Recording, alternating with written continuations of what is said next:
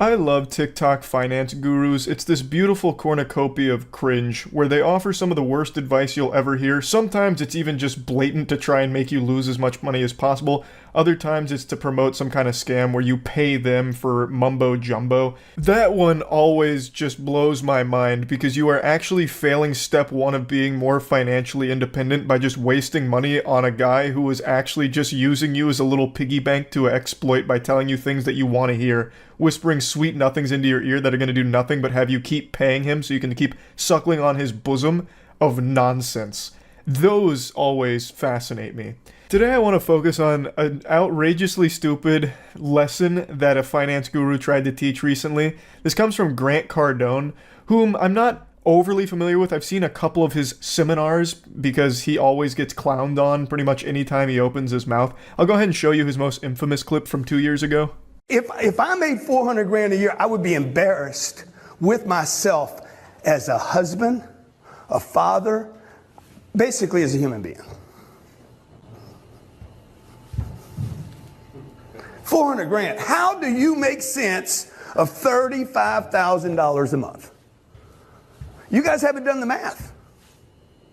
You have not done the math because you cannot live on 400 grand a year. Probably one of the most out-of-touch statements I've ever heard. That's up there with Ubisoft claiming that their pirate game, Bone of Thieves or something, Bone on the Water, what is it called? Skull and Bones, since they claim that that was the first quadruple A game ever made.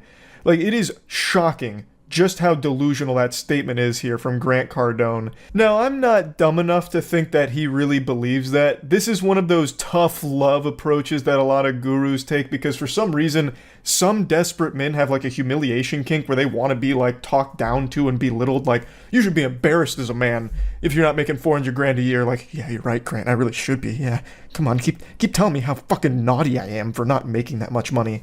So he's just going through this grifting where it's like, if you're not making 400 grand a year, you're subhuman, you're a worm, you're pathetic, you make me sick. One of you come up here so I can beat your ass for not making 400 grand actually, please. The shit he's spouting is so over the top that I think it's pretty obvious that he doesn't actually believe any of it. $35,000 a month he claims you can't live off of. The fucking citizens of Narnia would recognize that that's a ton of money to be living off of, and they wouldn't even be familiar with our currency. So the point is, he's just saying the things he thinks people want to hear from this audience in order to try and make money off of them. Now, Grant Cardone made all of his money through real estate. He made an absolute killing, and he's a multi-millionaire now. And so he's changed his target to basically just trying to take advantage of desperate people that are looking to him to try and improve their financial security. But I'll tell you one thing, Grant Cardone is not giving you the tools to improve your financial situation. He's actually just making it worse for you because you're paying him. Like, you are losing money to get nothing in return. There's no value in any of the lessons I've ever seen him teach, especially not the one that I really want to focus on today.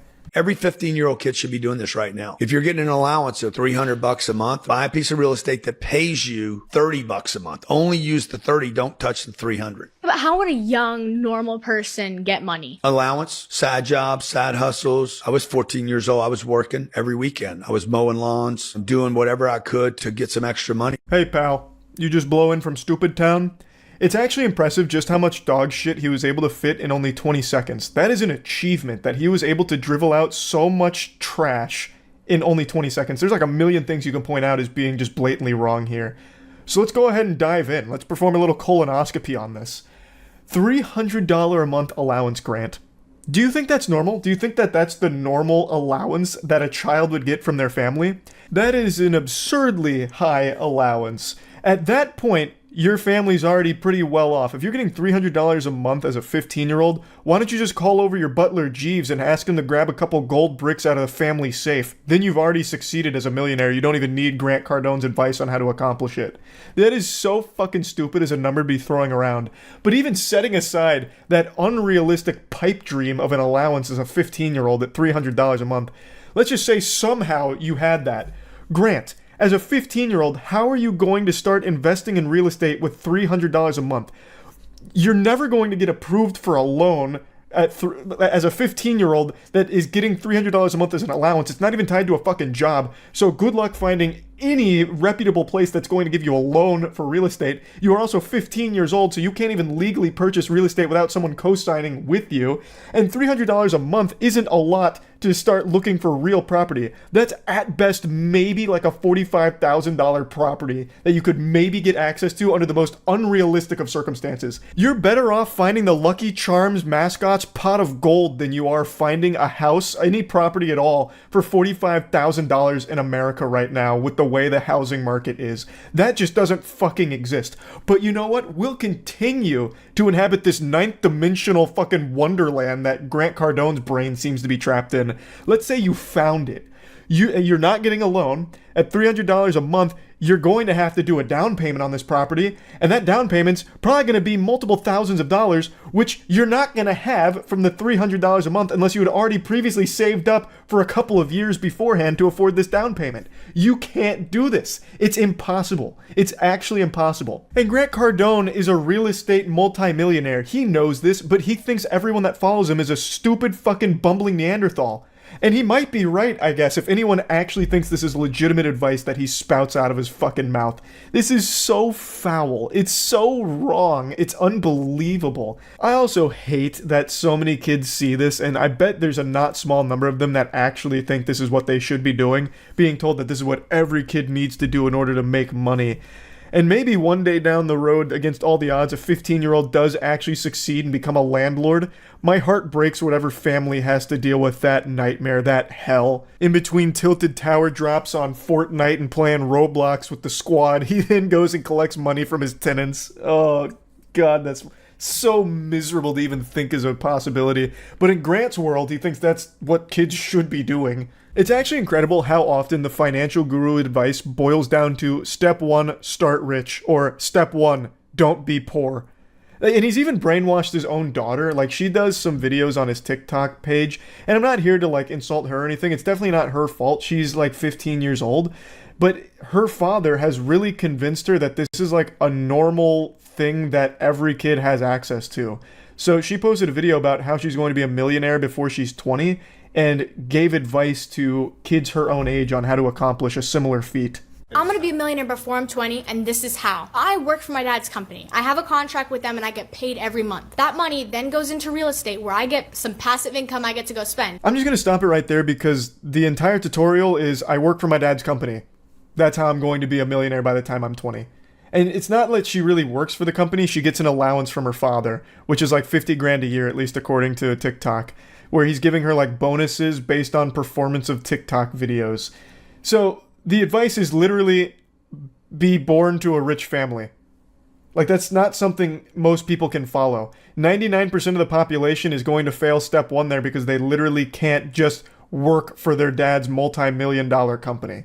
It's not feasible. And yet, this entire page, Grant Cardone's entire online career is built around selling this kind of nonsensical idea. Oh, it's so easy, everyone can be rich, just give me money and I'll unlock the secrets for you. And then the secret is basically, hey, don't be poor. Invest in real estate at 15 years old with your $300 a month allowance. What, you guys weren't doing that already? It's so easy, come on. But anyway, I just wanted to shoot some spitballs at Grant Cardone a little bit here today. That's really about it. See ya. Lying on a job resume or bluffing your way to a job that you have absolutely no idea how to handle isn't the most uncommon thing in the world. My favorite example of this is George Lazenby, who played James Bond for a single movie. He made up his entire resume, lied about all of it in order to land the role, and played it one time and quit. Dude had no acting experience at all and must have forged the best summer reading report of a resume ever. So he got to be James Bond on Her Majesty's Secret Service, and I love the poster here. Far up, far out, far more. James Bond 007 is back. More like fucking Lames Bond. Jesus Christ, that hasn't aged well. That goes to show you how much we've evolved. That is not the best tagline now, but I do appreciate it. Point is, forging a resume, making shit up in order to get a job, that's not unheard of. And today I was thinking back to some classic controversies and examples of this happening, and I remembered like 4 or 5 years ago, there was a couple cases where people pretended to be sign language interpreters and landed roles in major productions such as news broadcasts or events and concerts, and eventually people that actually understood sign language called them out because they were signing complete nonsense. It wasn't even close. It was blatantly way off. They were up there just doing the fucking scat man with their hands, not making any sense. They were up there like popping and locking, doing like TikTok dances basically, and calling it sign language. Happened again. Another sign language interpreter accused of signing total gibberish. This time it was at the police news conference announcing an arrest in the Tampa serial killings. We will be charging 4 counts of first-degree murder. I don't know American Sign Language, but I do know she got one of those right. 4. I understood that one. A pretty high-profile case here, a serial killer, and I bet all the viewers that are hard of hearing must have been beyond confused as to the report that was being delivered from this lady. Standing off to the side, apparently translating every word, this woman. We received over 5,000 tips in this case. But it turns out much of what she was signing was nonsense. She waved her arms around like she was singing Jingle Bells. I've got to admire the fake it till you make it attitude here, but unfortunately the only thing to make was a fool of herself. I decided to look at comments, which is usually very ill-advised. When you go into the YouTube comments, you're going into the swamp. But I really was curious if she was signing any real words at all, because even to my stupid, smooth little reptile brain, some of those did look like actual sign language, movements. And it turns out she was using some words correctly, such as kill and murder and arrested. However, most of it was gibberish. Most of it was just actual mumbled nonsense. So when she was doing all that stuff with her, fingers, none of that was real. I could have been up there doing, the Hunger Games Mockingjay Part 1 salute, and I would have been making more sense than she was. It's also wild to think that anyone hard of hearing that would have been watching this broadcast might have been concerned for her health, because the way she's signing would have been like having a stroke. A ton of gibberish with a few words that get mumbled out would have been like going to an auction during a bidding war, where the auctioneer is just going fucking hog wild, like, yeah, do I hear 5 5? Do I hear 5 5? I'm going one, do I hear 5 5 5 5 5 5 5 5 5 5 25 5 5 25 5 5 25 over there 5 5 5? Says one outraged sign language expert. The woman, identified as Derlin Roberts, has a string of arrests for fraud. So how did she come to be translating at last week's high-profile police news conference? I just didn't ask enough questions. I love this section where he just kind of pops in like, yep, it was me. I'm the fucking idiot. I did it. Like, he's just very upfront and honest, like a parent that caught their kid stealing a cookie from the cookie jar and just folding, like, no, it was me. I did it. It's my fault. I'm the dummy. Point and laugh at me, shoot your spitballs at me. I know. It was me. Also, at a certain point, I just have to admire this lady's grind. She was born for one purpose. Trolling. Like, her whole life has been nothing but fraud, and she still continues to go down that path. And she wasn't even getting paid for this, by the way. She did this just for the love of lying. So she had no experience signing, she also had a history of fraud, and still landed the biggest sign language interpretation position of that year. This serial killer broadcast was a huge one. I remember this vividly. So, hats off to her that she's still able to keep performing at a high level of fraud. Tampa Police Public Information Officer Steve Hegarty told me the woman simply showed up out of the blue and offered her services. My immediate reaction was, I didn't call for a sign language interpreter, but that's great that we have one here. I let her in. Did this woman appear to know what she was doing? To the untrained eye, and that would include mine, I didn't see any problem. There's almost an art form for something being so stupid that it's smart. A plan like this, which at its core is just complete dogshit dummy, that it crosses over that event horizon into being genius. This is something where no one's gonna really question you, so she shows up like an angel. Hey, I'll be a sign language interpreter here, just so that way if anyone's hard of hearing and watching this, they can get the information. Like, oh, that's so nice of you to offer your services. Can you prove that you can do it? And then, if you don't know American Sign Language, you're not going to be able to pick up on, like, all kinds of moves with your hands and shit not meaning anything. So she could have easily faked her way into it, and she did flawlessly. Like the guy said, to the untrained eye, he had no red flags being tripped off, and they're not going to really background check someone that's offering their service for free, Because what would be the incentive? Like, why would they be lying about it? This latest embarrassment comes 3 months after it was revealed that the sign language interpreter at a Hurricane Irma news conference, also in Florida, made no sense. The time to act is now. Haggerty is summing up the latest goof. We won't be using that woman again. Cops say this was not a crime, but it was an ethical violation. So we're going to get to that other sign language blunder in just a moment, because it also happened in Florida, and I also remember that one as well, because I'm from Florida. Now, as he mentioned, it's not a crime to be faking a sign language position, I guess. Since she wasn't charging for her service, she didn't defraud them or anything. She just lied to them and pretended she knew what she was doing.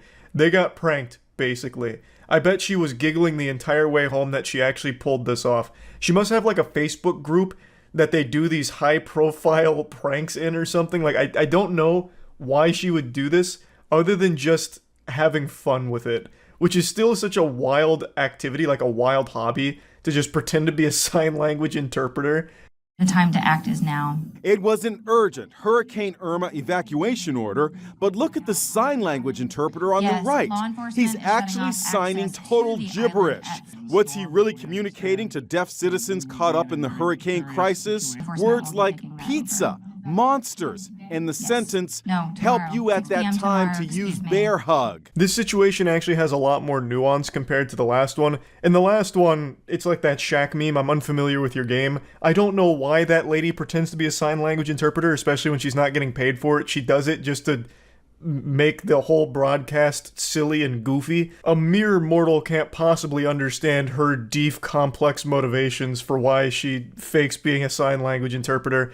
But in this case, the guy did not want to do this. He was forced to. And he actually does have a sympathetic background and actually does have experience with sign language, but told them he wasn't comfortable doing this and didn't think he was cut out for it. So they mention here that he was signing real words like pizza and monsters, both of which could be applicable to a hurricane. A hurricane comes around, you're probably going to have pizza places being hit. Pizza's not safe. It's not like a fucking safe spot or anything. You might even have pizza flying around the hurricane that could be used as a projectile weapon. So maybe he had a whole spiel he was going to go into about pizza. Monsters. A hurricane is absolutely nature's monster. It's been called that since the beginning of time. And then about the bear hug. You know, better hug your loved ones because you might fucking lose them in the hurricane. There's plenty of ways of spinning that where it makes sense. But point is, he was using real words and actually stringing together sentences. They just didn't fully make sense at all. Deaf actress Marlee Matlin posted, "This is outrageous." Please heed our warnings. The interpreter's name is Marshall Green. Officials in Manatee County asked Green to step in because no one else was available. His mom, brother Morgan, who is hearing impaired, and Morgan's fiancée Chauncey are coming to his defense today. This is where the plot starts to thicken. You can see where the narrative is about to get real convoluted and confusing here. So, they called upon him, like Batman with the signal in the sky, in order to be the sign language interpreter for the evacuation orders for Irma. That's a very serious thing. The evacuation for Irma was a huge deal. I got evacuated during Hurricane Irma. Now, luckily, I didn't see his broadcast, and I don't understand sign language, because if I did, I may have ended up just getting a pizza and writing it out, which may have fucking killed me. Who knows? But point is, they chose Marshall, saying they had nobody else to go to, so it was their last-ditch Hail Mary, desperate attempt to get some kind of sign language interpreter up there for the broadcast to relay the information to the hearing-impaired community. I don't know how they chose him. Someone must have just been like, hey, I saw Marshall do the fucking Vulcan salute at the office one time. Good enough, bring him in. Surely he knows sign language. He, told them he didn't think that he was able to do it, and felt like that they needed him to. So he said yes. The vocabulary for an evacuation is very different than everyday language. I'm just asking, as someone hearing impaired, what your reaction is to this criticism. Chauncey signed my question to Morgan. He only did what he was told to do, so please leave our family alone. In this case, I really just don't blame Marshall for this situation at all. This is not his fault. He gave them warning that he probably couldn't do this and he didn't feel comfortable trying. His brother is hearing impaired, so he does know sign language, and his brother and family also confirm he does know sign language, but the vocabulary and the speed of the evacuation orders are very different than what he's used to, which is why he said he didn't feel comfortable trying it, but he still did the best that he could when they asked him to. So I do really feel bad for him and the family here, because this is really not his fault. He didn't want to be there. He didn't lie to get there, and he didn't try to, like, fuck the whole thing up. But anyway, I just wanted to talk about these because they popped into my head this afternoon, because I remembered there was so much sign language controversy for like a year, where even outside of these two cases, a couple other sign language interpreters were revealed as complete frauds, and they were ones that actually traveled with bands and rappers where they'd like sign the songs, and it turns out they weren't even signing anything close to the songs, so the whole thing was just a wild little trend almost, and just want to talk about it. That's about it. So yeah. Have you seen the Scentbird CEO? She does a podcast with her eyes closed to talk to spirits and said Hitler wasn't bad. What? The Scentbird CEO does this. Wait. I know Scentbird. Yeah, wait, you're right. The Scentbird CEO claims to be a spiritual medium. Or, sorry, not a spiritual medium, a spiritual guru. The co-founder of the Netflix for Fragrance, Mariah Nuraslamova, has been moonlighting as a spiritual influencer. Comments on extraterrestrials, The Matrix, and Hitler have recently attracted negative attention. Your teeth are not randomly crooked, there is a spiritual meaning. Every little aspect of the tooth is a map, right? This sounds beautifully unhinged. You see they found a cave on the moon? Oh, we got moon troglodytes now? That's pretty cool. This is I can't find the clips anywhere else right now, so right now, completely reliant on the YouTubers here to bless me with this info. I want to see these readings. Version of the Matrix would be the default one. The 5th version of the Matrix is actively being incubated, and according to Maria, it's showing really good signs and is looking promising. Now there is a new version of the Matrix that's being currently incubated. The 5th version of the Matrix. Matrix and, 5? That one is showing signs of really good promise, so... Maria mentions having a direct... Wait a minute, I need to go to our website. There's a Matrix 5 dropping? This is Maria. She is the CEO of Scentbird, which I think many of you have probably seen through YouTube sponsors. They were pretty big on influencer marketing, from what I recall. So when you are inviting black into your body, you're not inviting demons, God forbid. You're not inviting evil into your body. You are inviting this moldable substance that contains all life inside, that contains all light inside, that contains the entire spectrum of everything. Okay, so she's about to cast a hollow purple. I don't really care about that. Where did she do like the spiritual readings, like where she talks about Hitler and everything? I don't need to know about her curse technique. I mean, I'm in the presence of an architect, of the Great Architects Council of Light, but sadly that is big. The case. That is big. You're automatically crushed while listening to your guided meditation for an ultimate womb detox. And whoa, an ultimate womb detox? Whoa, hey, hold on, I can use that. Hello, my darlings, and welcome to Our Sacred Universe, a podcast where we meditate together. I'm ready. Today I wanted to offer you a womb healing practice.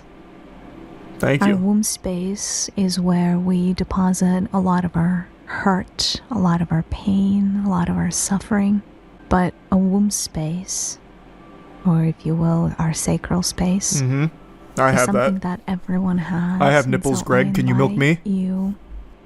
If you haven't checked out my book yet, no, hold on. I don't need the hashtag ads here. Just give me my womb needs a little bit of assistance here. Keep breathing in and out. Imagine I just have a full body orgasm from this. Your breath to ground and center yourself. Invite the healing vibrations of the universe to enter the sacred space of your womb. See, like, we skip a step. How do I invite the healing vibrations of the universe to fuck my womb or whatever? Like, what do I do? Like, how do I send out the distress signal? That's where these guided meditations always fall apart for me. Like, they make it sound like it's so easy that I can just call upon healing vibrations. Like, I'm not a shaman. Like, can you call it for me? Thanks for membership, Oz. Book a reservation. Yeah, what availability do the healing vibrations have in the universe? I imagine they're probably pretty booked up. Why are you detoxing your womb? It sounded helpful. If you're just tuning in, to give you context, this individual, Maria, is the CEO of Scentbird, which is actually a pretty big company, or at least it was. I don't know if it still is. And according to Chatter, the Scentbird CEO has found herself into some controversy because of this line of work, where apparently she was saying that Hitler wasn't bad through her spiritual guru sessions. And I'm trying to locate that, but I'm getting all, like, sidetracked here, going through these alternate branching paths in the visual novel. So I'm still looking for that, but it's such an interesting tangent. Big thanks to Opera GX for sponsoring this video. Opera GX is the browser you see me use every single night on stream. It's just my go-to browser, and it has so many features that I just really have come to know and love. Obviously, the one that I always preach about, because it's the one I'm most enthusiastic about, is the fact that Opera GX is not a resource hog like Chrome and other browsers. It is so lightweight but so powerful, and the GX mods that it offers are super fun, so you can really customize it to make it feel like your own and make it feel super unique.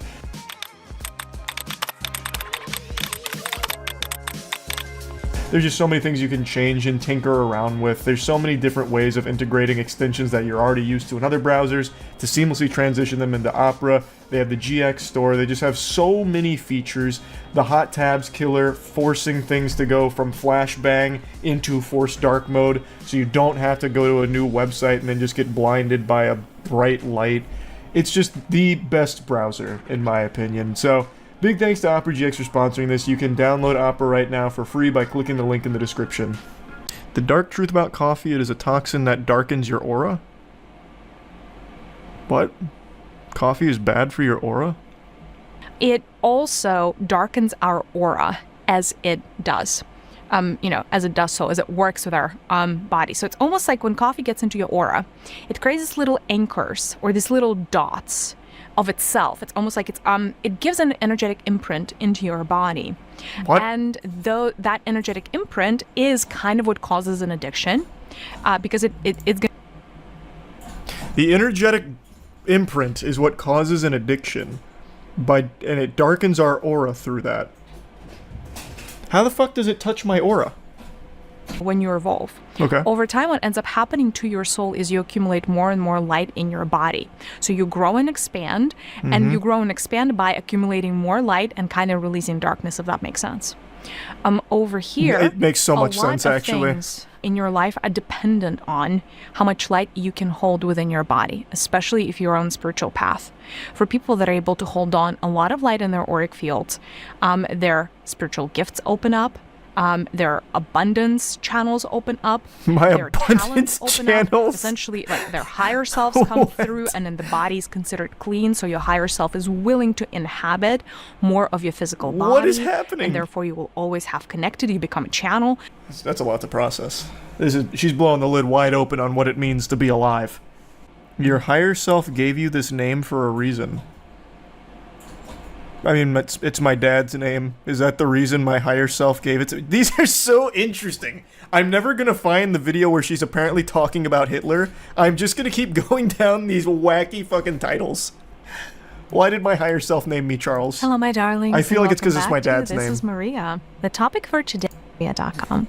All right, the mystery of the name. This is kind of a fun topic. It's not a mystery. That is It's just not a mystery for, like, most people. I don't think it would be vowels and the consonants in the name, through the letters in the name, connects you to certain aspects of universal flow, universal energy, if you will. Huh?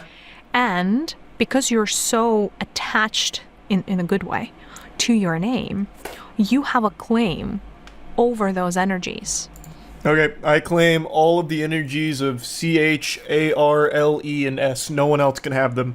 That's my domain now, and I'm kicking everyone else out. Eliminate pain and heal a specific organ or part of your body. Teaching you how to use the Force. Are you a star seed?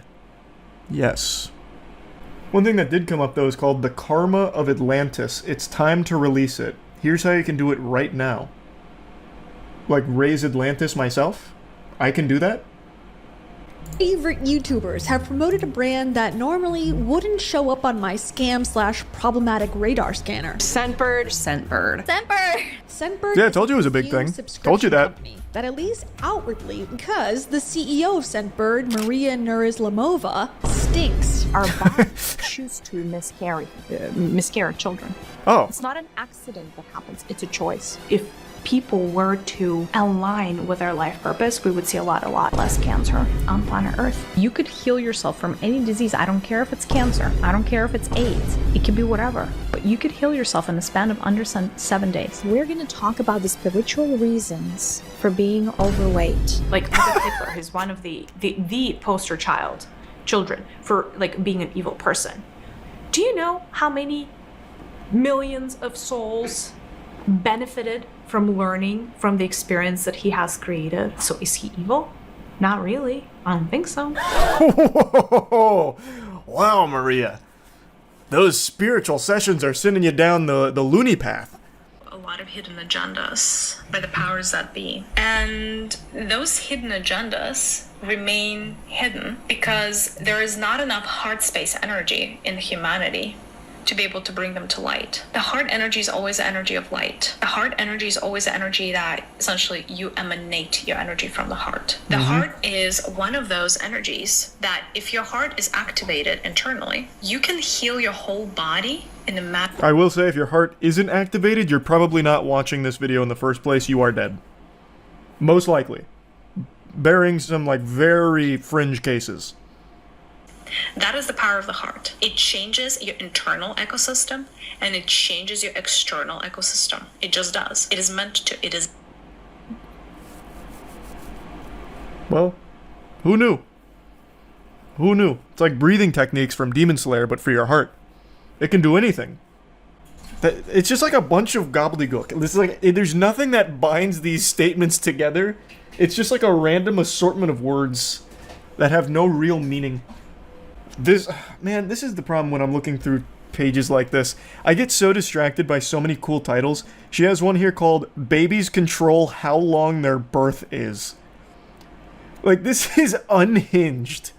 God damn it. That's why certain births take so long, is in the state of resistance. If the baby's in a state of fear, if the baby doesn't want to access their masculine energies, the birth process is going to take longer. That's why someone... Wait, what? The baby doesn't want to tap into its masculine energies, so it doesn't want to be birthed? What the fuck? The baby comes out like scoops of, like, creatine.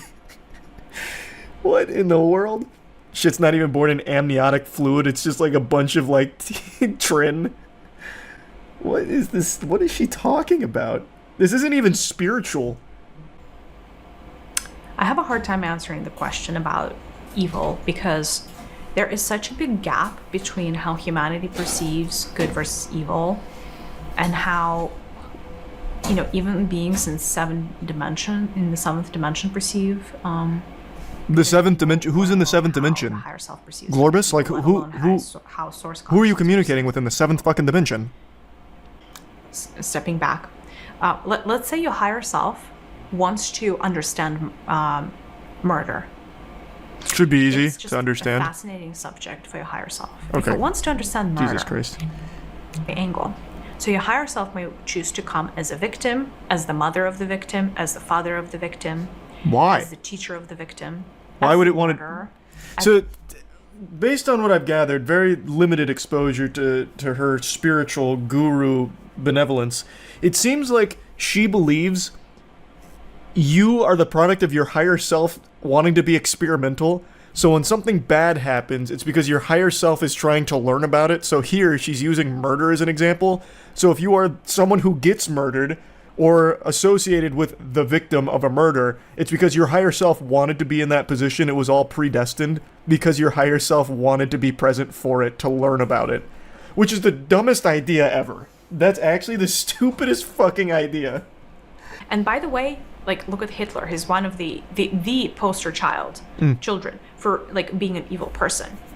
Do you know how many millions of souls benefited from learning from the experience that he has created. So The here, world serpent has awakened? you know, Like a tier 1 look hell at and Goldie. a character like him and be like, oh, he's completely evil. And upstairs, his experience was the greatest, one of the greater, you know, sources of knowledge of, you know, of 3D planet Earth warfare. 3D planet Earth warfare. And that is benefiting What? so many different souls on their. This is a very interesting take, Maria. So, there's a lot to unpack there, Maria. There's a lot to process. The healing vibrations of the universe have not been kind to her frontal lobe. Wow, that's interesting. That's very interesting. Evolutionary path. So is he evil? Not really. I don't think so. So interesting. So just it means that some higher selves choose to take this path, and it seems like it's maybe a bit less desirable when other ones, because we don't have that many murderers and mass murderers especially, right? But they still choose to do so for their own development. Like, well, do you want me to give you an even better example? yeah. That was an incredible Do you example, think playing Maria. World of Warcraft is evil because you're killing things? Like in a computer game, Yeah. people don't think it's evil, yes. I know. Same logic. It's a computer game from higher self level. Like, fine. Like, I don't know. Any of those Same logic. Yeah, killing goblins in World of Warcraft is the same as Hitler for the Holocaust. You hypocrites. What an interesting character she is. Her higher self has very much done her a great justice. Her enlightenment is astounding. She's trolling. I don't know. She has a whole career based out of this, and apparently you can even pay for these sessions privately. But her main hustle is Scentbird, which, again, is a pretty popular product, or at least it was for a little while. She's the CEO of it. Or at least was. RPG games, I think RPG is what they're called, right? Like, where you, like, go and, like, murder, you know, all kinds of beings. They're not beings. Sunday, They're with pixels. all kinds of weapons, and you're like, I need this strength, and I need this skill, and let me have this gun, and I want a bigger gun, and even more bullets, and blah, blah, blah. I mean, you go in, you may have murdered 1,000 beings. They're not beings. They're not real. And then you go on your merry way, and nobody's pointing a finger at you at work and being like, this is a mass murderer. But how is that any different? So that's what I'm That's saying. so Like, good. What you perceive as Oh evil my god. is not the same experience. Now, you as an avatar, right? You as a person who chooses to play a game, you choose what game you want to play, right? Like, you may go and play Candy Crush. You may go. She's so fascinating. Like, like she's dangerously stupid. Like, actually stupid to a level where it could be harmful to people around her. Like, there's nothing wrong with being, like, harmlessly dumb, but when you start to cross the threshold, the event horizon that she is, she's to the point where, like, she is actually probably a threat to the safety of those around her. Yeah, like, even her co-host is laughing at that.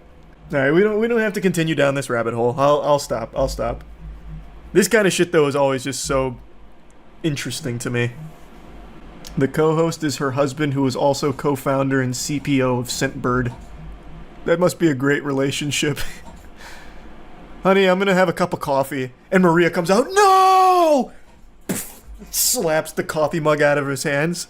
It's gonna darken your aura! Remember what happened when you killed that level 6 thug in World of Warcraft? You're just like Hitler! I just watched an extremely interesting and very sad video about the production of disposable vapes. I didn't even know there were disposable vapes. That just sounds like it opens up a whole can of worms, just a plethora of issues. That is just the biggest middle finger to Mother Earth I could imagine. But anyway, the video comes from a YouTube channel named Machina. And there's one position that gets highlighted that blew me away. A role that I couldn't have even imagined as a joke existing. A professional vape taste tester. At least I think it's taste testing. There is an individual who smokes every single vape that comes through the production. Up to like 10,000 or more vapes at peak days.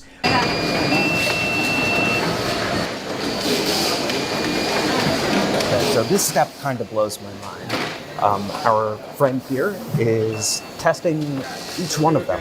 I'm not sure if it's for taste or volume or I'm not sure precisely what. I'm also curious if he is inhaling or if it's like a cigar, just quick taste test and exhale. 这些都没问题吗？你一天大概能测多少个？一天大概要测平均7-8千吧。7-8千，多的时候呢？多的时候就1万多。This dude's eating the vape Logia devil fruit here. His whole body has become vape smoke. He's like a real-life smoker from One Piece. That is absurd. I don't even know when oxygen has a chance to enter his lungs here. Like, there's only a brief respite between smoking 50 vapes per batch there, writing it down, and then getting the next batch of 50. Like, 8,000 or 10,000 taste tests of vape per day? That's unfathomable. That actually just seems like torture. And it's entirely unnecessary. Like, you don't need someone to be taste testing each vape. Like, on the box, do they say, like, this has been tested and tasted by our certified professional vape master, our vape connoisseur, our sommelier? I doubt it. So what is the point? All you're doing is jeopardizing this person's health and anyone else who has this role in other vape production companies, if this is a common role. Or maybe it's exclusive to this one. I don't know for sure. This is my first time learning about disposable vape industry. 你自己平时抽吗？那你下班之后还抽吗？下班之后。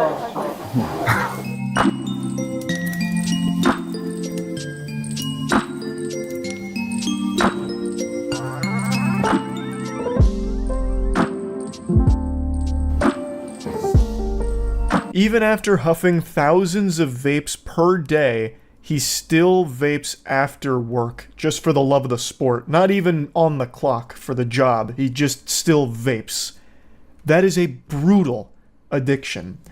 Now, I know a lot of people are probably wondering, if you purchase these vapes, does that mean all of them have been sucked on by someone at the production line? And the answer is yes, but they have an additional sanitization procedure, apparently. It is worth noting that there is a final sterilization step that happens before the vapes get packaged up and sent out for consumers to purchase. There's no footage of this sanitization process that the vapes undergo, so there's no telling what exactly it consists of. Maybe it's something super simple, like, hey, we got a position filled by our buddy Frank, and he takes his shirt and he wipes down the mouthpiece of every single vape to get all the germs off from where the taste tester was sucking on it. So don't even worry, it's been thoroughly cleaned and disinfected. But it's more than likely that they do have like a pretty standard sanitization protocol that I imagine most companies probably have. They just don't show it here. Now, the reason I believe that he is taste testing the vapes is because Machina interviewed the owner of the factory and said this. 就像对于某些岗位，我们是必须他要会从电子烟品控啊，你口味测试啊、调香啊，对吧？同一个口味，但是有一些很细微的不一样的东西，我会问他这个跟这个它的区别在哪里，看他会不会抽得出来。比如说这个微凉，或者这个稍微有一点尾调啊、发糊啊什么之类的一些很细微的东西，我们会给到他去抽。So to me, that says that the employee that's smoking all the vapes, up to 10,000 a day, is testing each one and then noting how the flavor balances and like what it makes them feel and making sure that the flavor is what it's supposed to be. So that's the impression I get. But this whole idea of a vape taste tester is so fucking outrageous. It reminds me of this legend that spread like 10 years ago. There was this myth that went around about a sex toy company. I can't remember which one now. It might have been Bad Dragon. I can't recall. But there was this story that got circulated about how every single sex toy that was sold by that company, each individual unit was tested by the owner to ensure that you could fuck it properly or it could fuck you properly. And that was like the stamp of approval. That was the seal of quality assurance. I don't know the authenticity there. I don't know if those claims are true or not. I don't know if there really is like the Fleshlight fuckmaster who's like grading each individual unit or whatever, but that was for a long time something that circulated about that company. I just can't remember which one it was now. But the point is, that position sounds like a fucking joke. And so does professional vape taste tester, but it turns out that's a real thing. I feel horrible for anyone that is having to huff thousands upon thousands of vapes per day. That's craziness. I feel horrible for every single worker here. All of the employees at this factory, my heart breaks for. One thing Machina noted is that there's a lack of automation with the production. And that's apparently attributed to like how much is going into each vape, that it would require very specific machines and very customized tools to do. So instead, they've opted to hire workers to just do it instead. And I've got a sneaking suspicion that this factory isn't paying its workers very well here. 其实工厂端其实也是围绕整个大环境去设计一些产品，包括现在英国啊、欧洲那边已经开始重视了一个污染这个问题，所以我们在后续的一些产品呢，可能会用到一些更环保的一些材质，去做烟的一个机身啊，以及说更多可能就是说换弹式啊、大火数啊、重复注油的产品，可能也是为了一个发展一个方向。This is a little off the subject of the vape taste tester, but I was very curious about this whole disposable vape thing. So Machina did ask the owner the question about the environmental impact of disposable vapes. And it starts talking about like, well, maybe in the future we'll start having like refillable products or using more environmentally friendly products. Maybe I'm just senile on the crazy pills, but I was under the impression that all vapes were already like reusable and refillable products. Like you had to go out of your way to make them disposable. So you're just kind of going backwards. It should, like, in my opinion, it should have never been disposable in the first place. Of course, I'm no expert here. My only experience with vaping is when I did it for a video like 5 years ago when I was trying vaping trick shots, where I was like smoking vapes in all kinds of different fashions through all kinds of different apparatus and doing all kinds of different gyrations and movements and trying to make smoke tricks out of it. I'm not an avid vaping enthusiast or anything, but I was under the impression that a big selling point of vapes is how you could just have one vape for a long time and you don't need to just keep going out and buying cigarettes or something. You could just like keep refilling the vape. Maybe I'm totally wrong though, but anyway, I just wanted to talk about this a bit. That's it. See ya. Long John Silver tier list. So that's actually something we were kicking around as an idea. But legitimately doing a Long John Silver's tier list, like trying all their food, would probably result in Matt or I being in the hospital in intensive care. I don't think there's a single, like, Long John Silver's fan in the world. I don't think it exists. Right now, in chat, is there anyone here that eats at Long John Silver's? Start there. Not even do you like it. Do you eat there, ever? Overwhelmingly no, with a couple of liars sprinkled in there about eating there often. I know you're lying. I feel like Long John Silver's is probably some kind of money laundering front to some degree. I don't think it started that way, but I think it's become that, because I don't know how they're still in business. Every Long John Silver's I've passed for the last decade at least has been completely dilapidated in shambles, and yet somehow it's still here. And nobody eats there. I ate there once and almost puked, which is exactly what I'm saying. Like, I feel like if we did the Long John Silver's tier list, it would end in some kind of catastrophic illness. I'm actually going to look it up. How popular is Long John Silver? Today, Long John Silver's owns and operates and franchises nearly 700 restaurants located across 38 US states and Singapore, generating annual system-wide sales of 413 million. Like, I think I've only ever had it once in my life when I was a kid because Joe's Crab Shack was closed. And I can vaguely remember my parents begrudgingly taking me to Long John Silver for like popcorn shrimp or something. You're just hating on LGS because it's fun. I don't think it's bad. Have some fucking shame, Glibby. Did you just actually drop an abbreviation for Long John Silver and get it wrong? LGS? It'd be LJS, and nobody's abbreviating Long John Silver's. They don't have fans. Nobody's doing that. That's how I know you're lying. You didn't even get the fucking imaginary abbreviation correct. But yeah, no, I don't think we'll be doing a Long John Silver tier list. It feels dangerous. I watched that, not to get like morbid or like really sad. I watched that video that went viral a little while ago about the woman who ate bad tilapia and had all of her limbs amputated because of the infection or whatever she contracted from it. I feel like that is absolutely a high likelihood at fucking Long John Silver's. Long John Silver Hush Puppies are S tier. Outside of that, it's dog food. He's a tier 1 Long John Silver CEO. How long have you had that account? You just made it.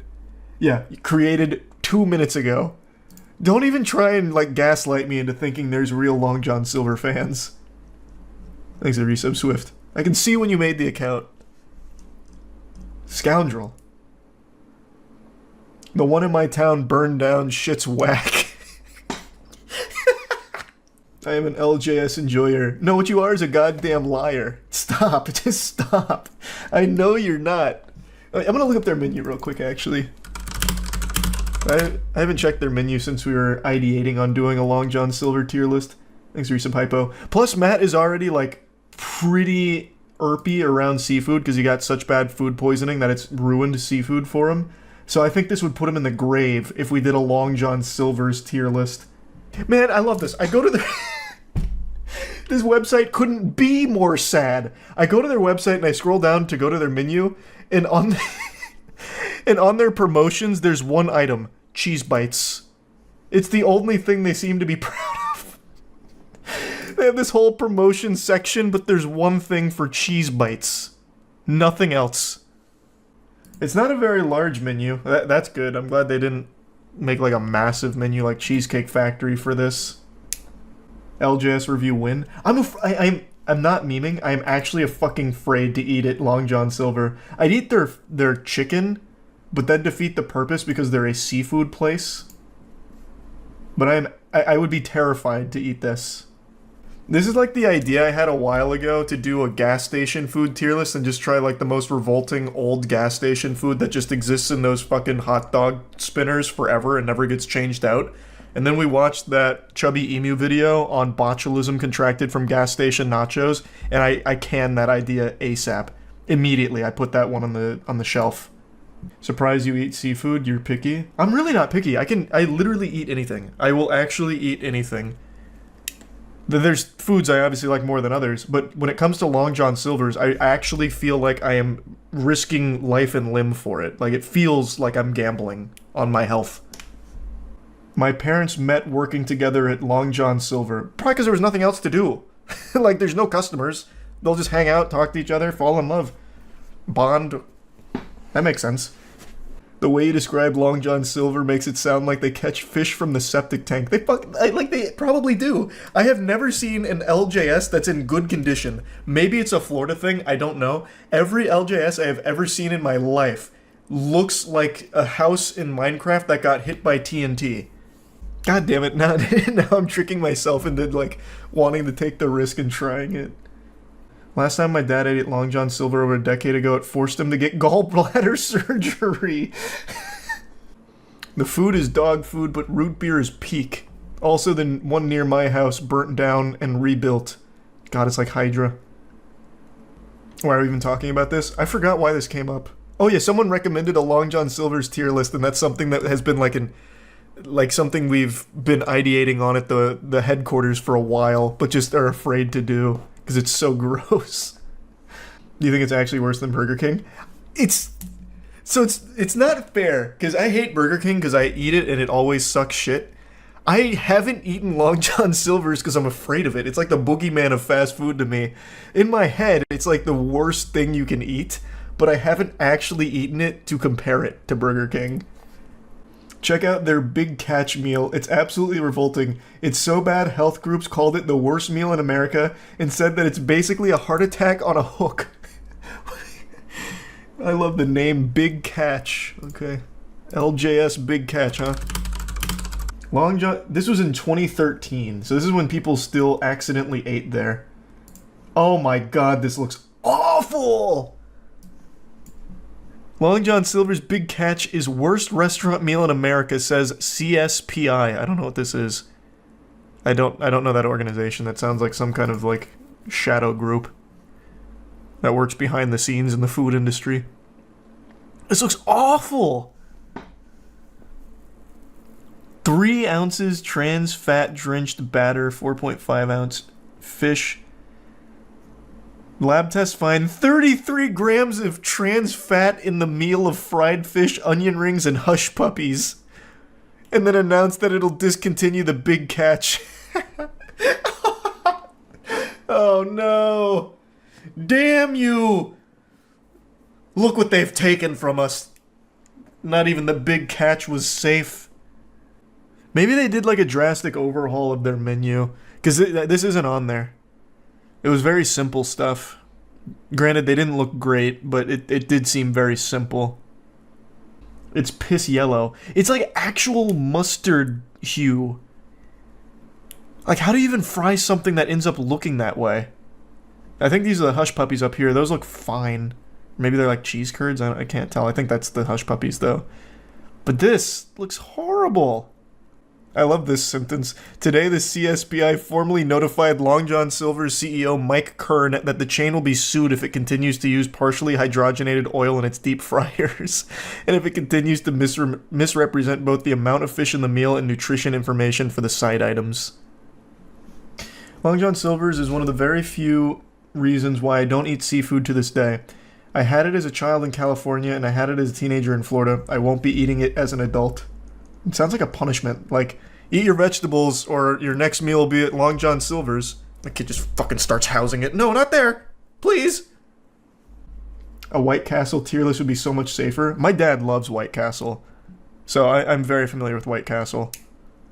What are they using? Plastic fish? No, it'd probably be healthier if they were using plastic fish, though. Again, this was 2013, so maybe they're in a much better place now. But even still, I'm fucking afraid of it. How about a Chili's tier list? I don't know if I've said this before, but I'll say it now. I say this, like, to my friends. I think Chili's is, like, the best food you can get if you're aiming for that ballpark of quality.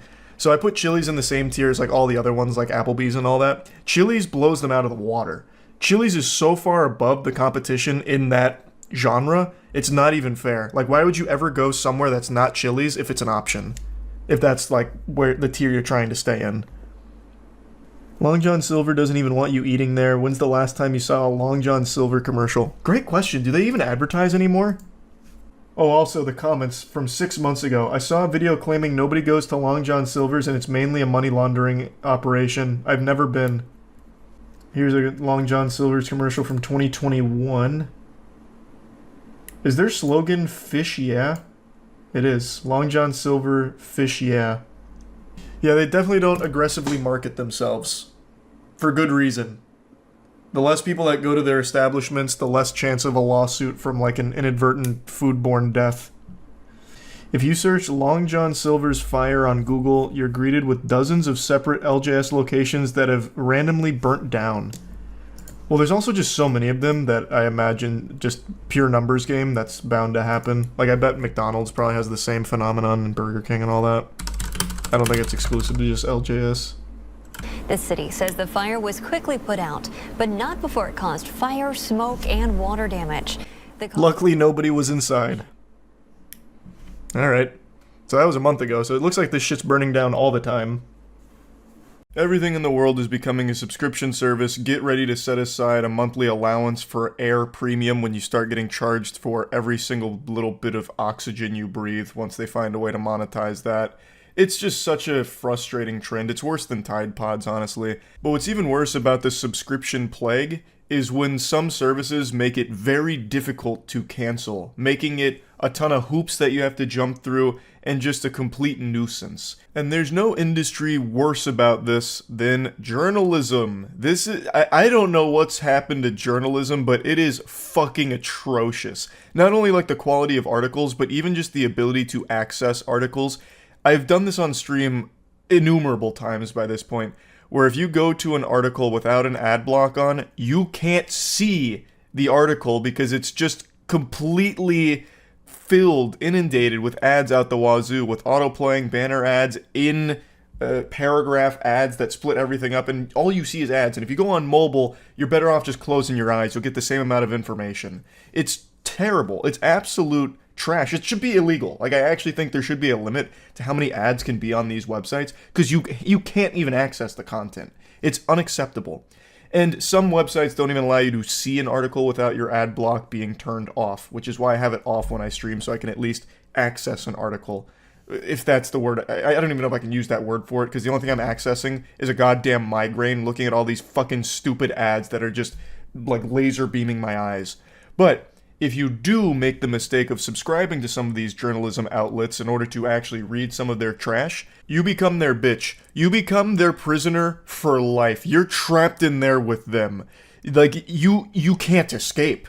It's an actual Elden Ring DLC boss battle if you try and unsubscribe from some of these outlets. And the worst culprit by far that I can find is The Economist. I saw these screenshots today and learned that this is common practice for The Economist when you try and unsubscribe. There are so many posts on Twitter and Reddit, as well as just like other forums, that document how painful of an experience it is to unsubscribe from The Economist, because they make it as difficult and complicated and long as possible in the hopes that you'll just give up and just keep your subscription. It's so foul. That has to be illegal. It really does. But anyway, here's the live chat here, because in order to unsubscribe from The Economist, you have to talk to somebody there. You can't just automatically do it, which I feel should be a basic necessity if you're offering a subscription service. You should have a way to automatically unsubscribe and cancel it. I don't think you should have to communicate with anyone at the company you're unsubscribing to, but at The Economist, they clearly disagree. So here they say, "Hi Austin," with an exclamation point. Super excited to be having this conversation. Party poppers just went off the second this live chat was initiated. Sorry to hear that you wish to cancel your subscription. I'll certainly help you with your request. Allow me a minute. While I'm doing that, may I know how your day has been so far? To which they just say, "Fine, thanks." Short, sweet, to the point. No one really wants to be making small talk through the live chat here when they're on a mission to just unsubscribe, which should be a quick, easy process. They go, "I'm glad to know about your day, Austin." Yeah, pumping their fist. "I'm glad to know about it. I can see you have a monthly digital subscription with the renewal date of the 5th of July, 2024. May I know if there is any specific reason that you wish to unsubscribe with us, Austin?" To which he replies, "Ads." Pause. That's crazy. So you're paying to subscribe to this journalism outlet, and you're still getting ads. I was under the impression that if you subscribe to one of these outlets, you don't get ads anymore, and you actually get to read what they publish. That is shocking, that you're paying to still get ads on these fucking websites. That's like malware. These journalism outlets are like actually malware you're paying for, I suppose. That blows my mind. Thank you for the information. I'm sorry the inconvenience this may have caused. If I may know, how do you access the content? Through app or website? I love that you have to take like a fucking exit survey here just to unsubscribe. Lovely. What a great process. Website. I'm not trying to be rude, but can I please just cancel without all these questions? Exactly. No one likes to be interrogated about wanting to unsubscribe from this service. It's ridiculous. Thank you for the information. Apologies for the hassle. I will help you with your request. Thank you for patiently waiting. To explain, The Economist ads are clever, witty, and thought-provoking. They're driving like this hard sell on like, well, actually, these ads are incredible. We have innovative ads that use these things called jokes. Humor is actually one of the most important things of The Economist, because we believe if you're reading The Economist, we gotta put a smile on that face. And we do that through these extremely clever and witty ads. Oh my god, it's so fucking dystopian. They engage readers by making them feel part of an elite club. For instance, iconic ads imply that reading The Economist makes you smarter or more informed. Like most media outlets, The Economist relies on advertising revenue to sustain its operations. Ads help cover production costs, pay journalists, and maintain the quality of content. I have no doubt that customer service is trained to do this. It's not something they really want to be doing. But holy shit, that is such a crazy thing to attempt. Like, oh, you're leaving because of ads? Are you sure? Our ads are witty. Like, ads should be a reason you'd want to stay. Our ads are so good. Like, I can't believe you'd want to leave because of ads. That's kind of a stupid reason. Let me explain to you why you should stay because these ads are so fucking good. I also love trying to guilt them a little bit, like, well, ads are a necessary evil. Well, excuse me, not evil, a necessary blessing to our readers because they help sustain the website and pay for all of these costs. Well, what the fuck is the point of the subscription service then? Like, you're double dipping. If you're subscribing to something here, you shouldn't be getting ads on top of it too, at least I don't think so. Or at the very least, non-intrusive ads. If you're still going to put ads to subscribers, it should at the very least rule out the possibility of getting in-video ads, banner ads, in-article ads, fucking audio blasting ads. Like, it should... If you're going to put ads into these subscriptions, I suppose, it should be the least intrusive ones, like at the very bottom of an article, perhaps. Like, it's stupid. This is really stupid. But above all, you should just let people be able to unsubscribe without this kind of hassle. This is absurd. So, it's not just, a live chat that you have to go through, though there is so many screenshots from people having almost identical experiences with the Economist live chat when trying to unsubscribe. There's also been cases where they kind of require you to call if you don't want to wait in a live chat queue. So your options are either call the Economist or go through this song and dance with live chat. Like, that's so inefficient and just a complete waste of time. And it's on purpose, because like I said, the idea is if you make it a long, tedious process, some people will probably just be like, okay, fuck it, I'll just keep subscribing and I'll occasionally read this, I suppose. Like, it's just one of those things like a gym membership.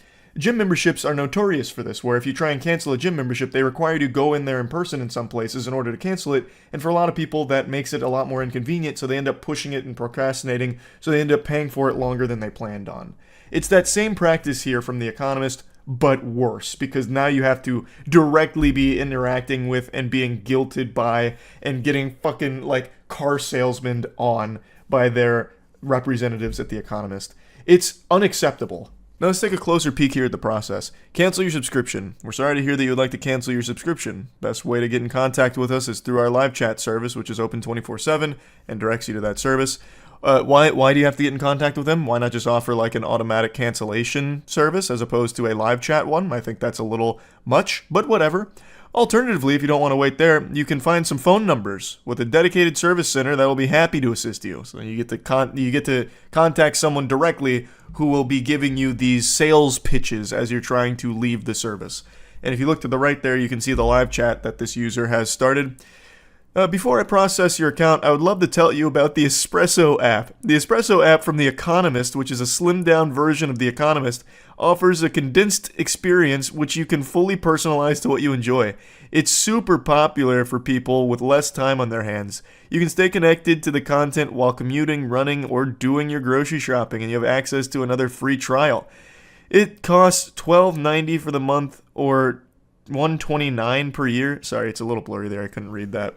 So they're trying to unsubscribe from The Economist, and while they're trying to process that request, they're trying to pitch them on another service from The Economist, an app that does the same fucking thing, but in a different way. Who the fuck thinks that's a good idea? Oh, I see you want to leave The Economist. Well, have you thought of downloading The Economist app, our partner companion app? Well, here's why you should do it, and here's the cost for doing it. Would you like me to sign you up? I can do that real quick while I'm processing your unsubscribe request. It's a standalone app which you will have to download from your Play Store or App Store and use separately. I can switch you to the free trial Espresso today. This offer will reduce your payment from $29.90. Jesus Christ, it's just ridiculous. I can't even keep reading it. It's so absurd. Anyway, I'm not going to keep ranting about this. You get the point. If you're offering a subscription service, offer an easy, convenient way to cancel it. That's it. That should be an actual law. That if you have that, you must also have a way of getting rid of it easily without it being a complete fucking nuisance. That's really about it. So yeah.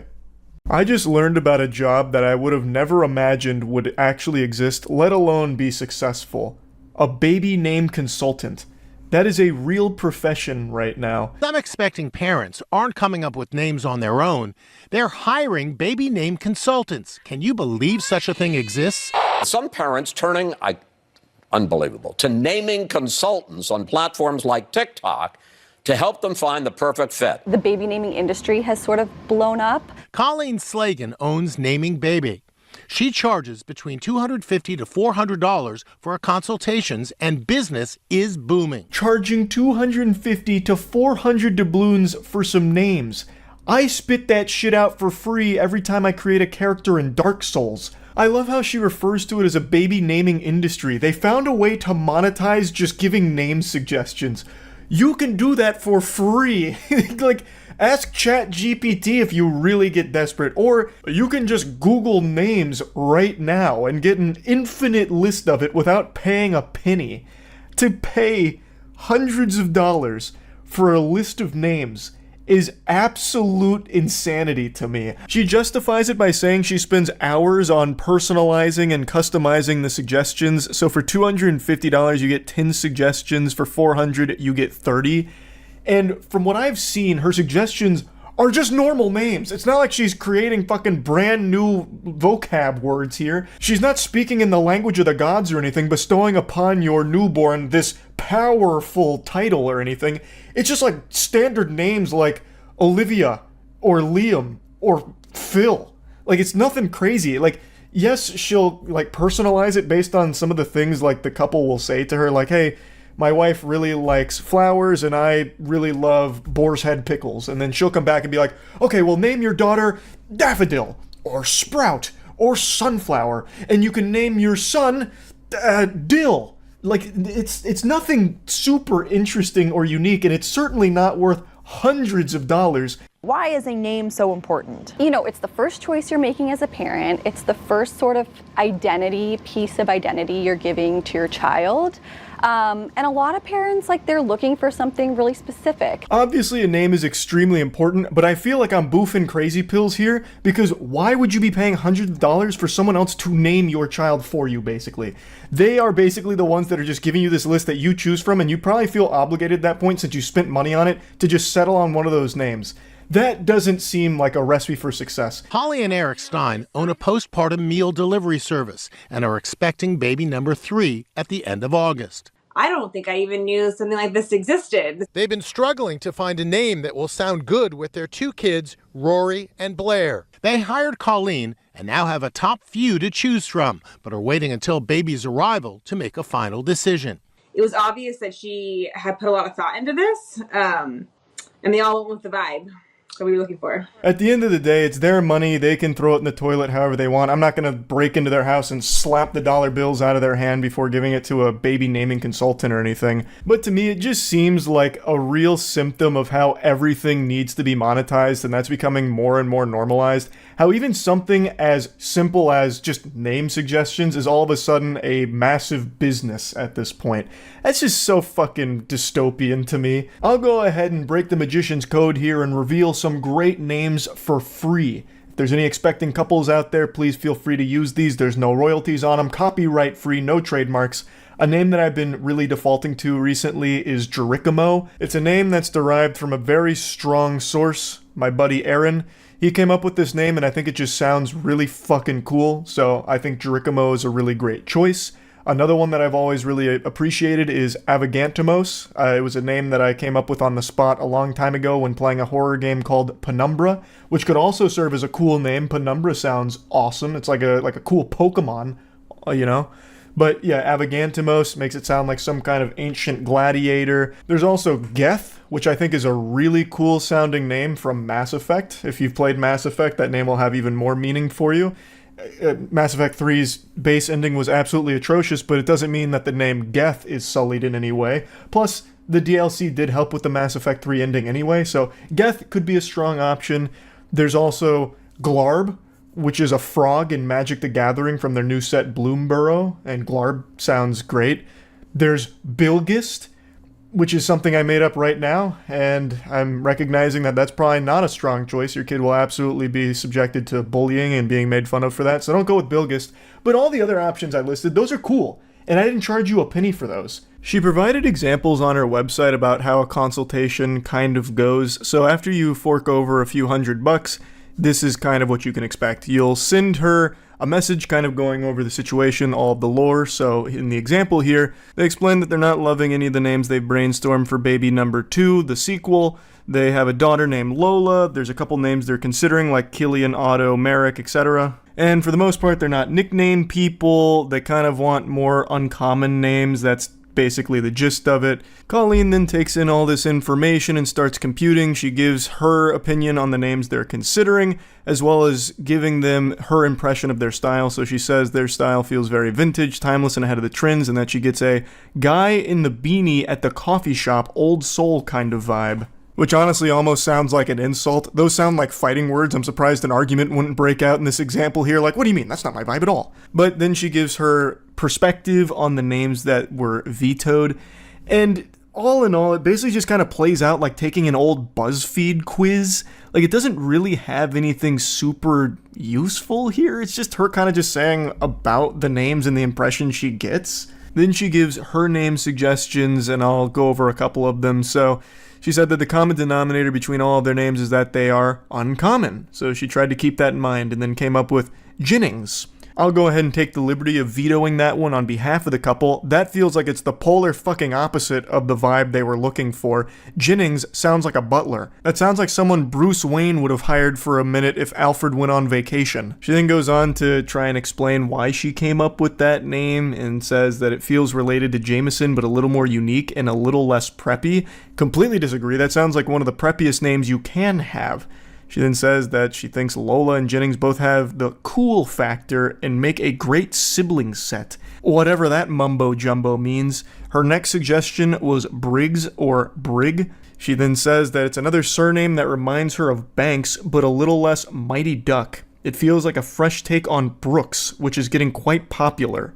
I knew a kid growing up named Brig, Hard G, which I actually like better, though more likely to be mispronounced. Surnames that end in an S have a slightly preppy feel, but Briggs also brings a lot of Western feel to add a little grunge to that prep. I like how she says that names that end in an S have a slightly preppy feel, and her previous suggestion was a name that ended in S and said that it felt less preppy. So that feels like a bit of a contradiction there, but I'm not a professional baby namer. Maybe I'm just not familiar with the subtleties and the nuance of baby naming consultancy. The example ends with her giving a couple other names like Hugo and Remy and closing by saying, I hope that this baby name consultation has given you some food for thought and either helps you feel more sure of one of the names on your list or has given you some new ideas to consider. Happy naming. I'm guessing this is where the communication ends? Like this is where they cease contact?